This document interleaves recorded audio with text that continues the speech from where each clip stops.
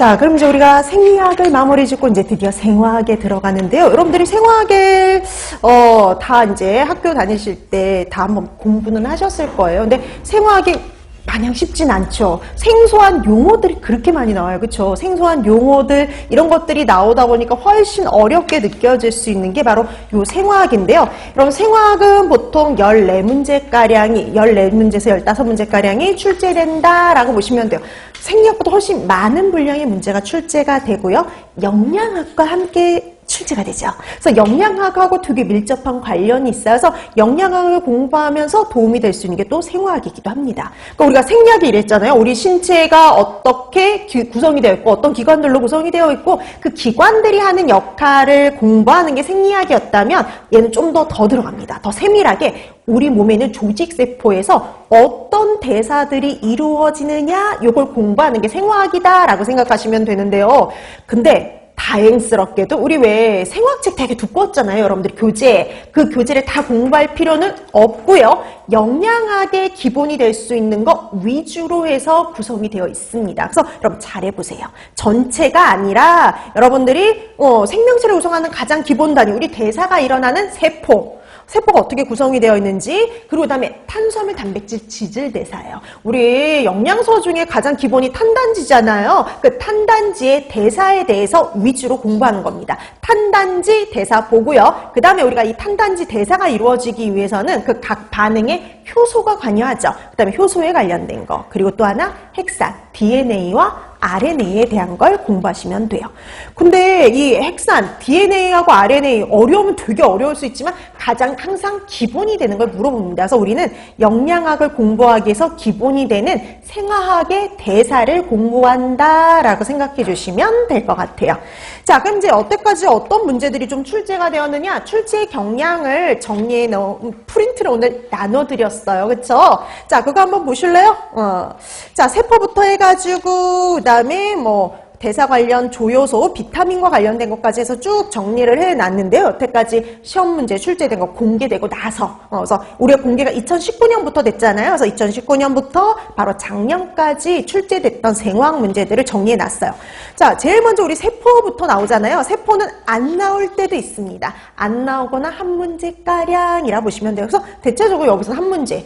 그러니까 여기서 한 문제가 출제가 되면은요. 저쪽에 4, 5, 6번에서 문제가 하나 줄어든다고 보시면 돼요. 그래서 이 세포에서 문제가 안 나오면 4, 5, 6번에서 한 문제가 추가된다 이렇게 생각하시면 됩니다. 자, 그래서 이렇게 해서 크게 보면 세포에서는요. 세포 내 소기관 아니면 수송과 관련된 문제가 나와요. 물질 운반과 관련된 거. 그래서 하나는 세포 소기관 아니면 물질 운반과 관련된 문제 둘 중에 하나가 출제가 된다라고 보시면 됩니다. 보통. 자, 그다음에 탄수화물 대사. 여러분 탄수화물 대사가요. 가장 기본이고요. 탄단지 대사의 가장 기본 그럼 탄수화물 대사예요. 그래서 탄수화물 대사가요. 가장 기본이 되다 보니까 분량도 많고 그다음에 가장 많은 문제가 출제가 돼요. 5문제요. 그래서 5문제가량이 항상 5문제가 탄수화물 대사에서 출제가 됩니다. 그러니까 보통 이렇게 문제가 나와요. 앞쪽에 영양학 문제 탄수화물과 관련된 거 나오고 그 다음에 생화학 탄수화물 대사 나오고 이런 식으로 해서 출제가 돼요. 그 다음에 또 영양학 지질과 관련된 거 나오고 그 다음에 생화학 지질 대사에 관련된 거 나오고 항상 문제가 이렇게 번갈아 가면서 영양학 생화학 구분해서 출제가 됩니다. 그래서 어디서부터가 어디까지가 생화학인지가 딱 눈에 띄어요. 대사 위주거든요.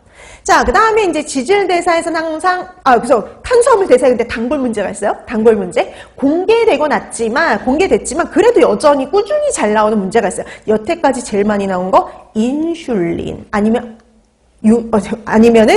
그 코리웨로요. 자, 그래서 여러분 보세요. 2020년도에도 코리웨로 나왔죠. 21년도에도 코리웨로 나왔죠. 22년도에도 그리고 작년에도 코리웨로가 나왔습니다. 단골 문제예요. 다양한 형태로 출제가 됐어요. 그래서 이번에는 이런 형태로 나오겠지 이렇게 예상을 했는데 정말 작년에는 그런 형태 문제가 나왔어요. 이게 항상 말했죠. 답은 똑같은데 약간 유형을 달리하면 다른 별개의 문제가 되는 거거든요. 그런 식으로 해서 돌아가면서 나옵니다. 자, 그 다음에 또 이제 잘 나온 것 중에 하나가 인슐린이요. 인슐린이 촉진하는 반응은, 인슐린의 작용은 이것도 벌써 한 3번 나왔어요. 3번. 그렇잖아요. 2020년에 나왔죠. 21년에 나왔죠. 23년에 나왔죠. 심지어 얘는 답도 맨날 똑같았어요. 맨날 답이 똑같아요. 우리 아까 했던 글리코겐 합성이요.